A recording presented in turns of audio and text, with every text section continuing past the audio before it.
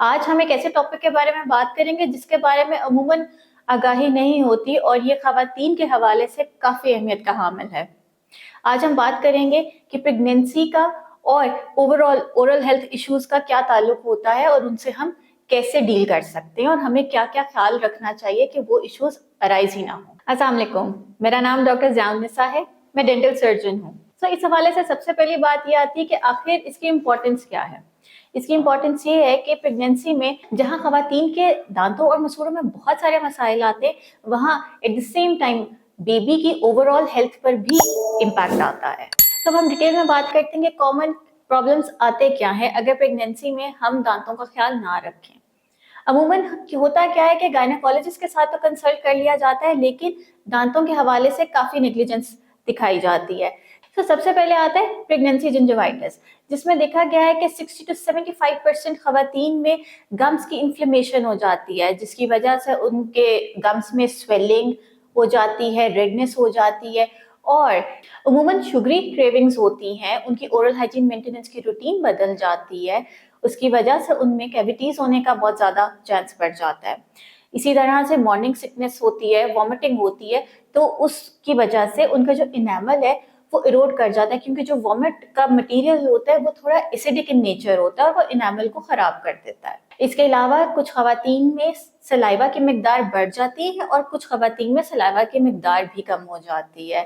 और इसके साथ साथ बहुत दफा देखा गया है बहुत सारी खवातीन में कि जो गम्स का साइज है वो बढ़ जाता है, क्योंकि वहां पर प्लाग बहुत ज्यादा एक्यूमुलेट कर रहा होता है और उसकी सफाई ठीक से नहीं हो पा रही होती, तो इनका साइज बढ़ जाता है, जो कि प्रेगनेंसी खत्म होने पे अमूमन ठीक हो जाता है। तो सवाल ये आता है कि अगर प्रेगनेंसी में ओवरऑल हेल्थ इश्यूज आते हैं जो कि माँ और बच्चे दोनों को इम्पैक्ट करते हैं, तो हमें ऐसी क्या ओरल केयर रूटीन रखनी चाहिए कि इस तरह के प्रॉब्लम्स ना आए। तो हम इनको तीनों ट्राइमेस्टर्स के हवाले से डिस्कस करते हैं। सो फर्स्ट ट्राइमेस्टर में जैसे ही आपको प्रेगनेंसी कंफर्म होती है, एक प्रीनेटल विजिट जो है डेंटिस्ट के पास जरूर रखें, ताकि आपकी ओवरऑल डेंटल हेल्थ को चेक किया जा सके, जो मसाइल हैं उनको एड्रेस किया जा सके, या अगर कोई स्पेशल प्रिकॉशंस या इंस्ट्रक्शंस हो आपके हवाले से वो डेंटिस्ट आपको बता सके।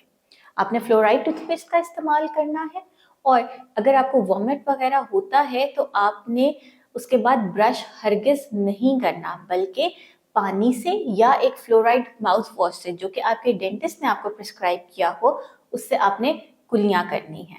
इसके साथ साथ आपने सॉफ्ट ब्रिसल ब्रश का इस्तेमाल करना है, ताकि जो गम्स में सेंसिटिविटी हुई होती है तो वो इरिटेट ना हो, और फ्लॉस का इस्तेमाल लाजमी करना है, ताकि दो दांतों के दरमियान भी प्लाग ना जमने पाए और उधर भी कैविटीज वगैरह स्टार्ट ना हो। और सेकेंड ट्राइमेस्टर में आपने अपनी रेगुलर जो ब्रशिंग और फ्लॉसिंग की रूटीन है उसको मेंटेन करना है।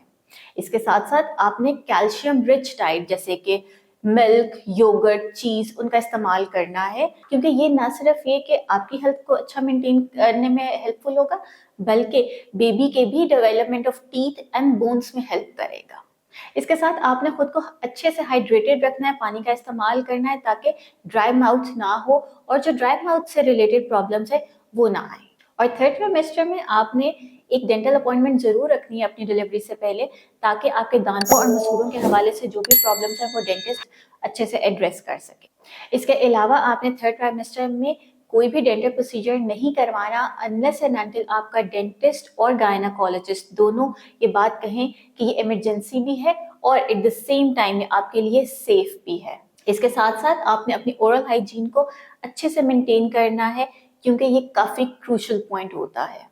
अगर आपको इस वीडियो के हवाले से कोई और सवाल हो या आप अपॉइंटमेंट बुक कराना चाहें तो आप ओला डॉक के थ्रू बुक कर सकते हैं। पाकिस्तान के टॉप डॉक्टर्स के साथ अपॉइंटमेंट बुक करें, वो भी पेशेंट फीडबैक देखते हुए।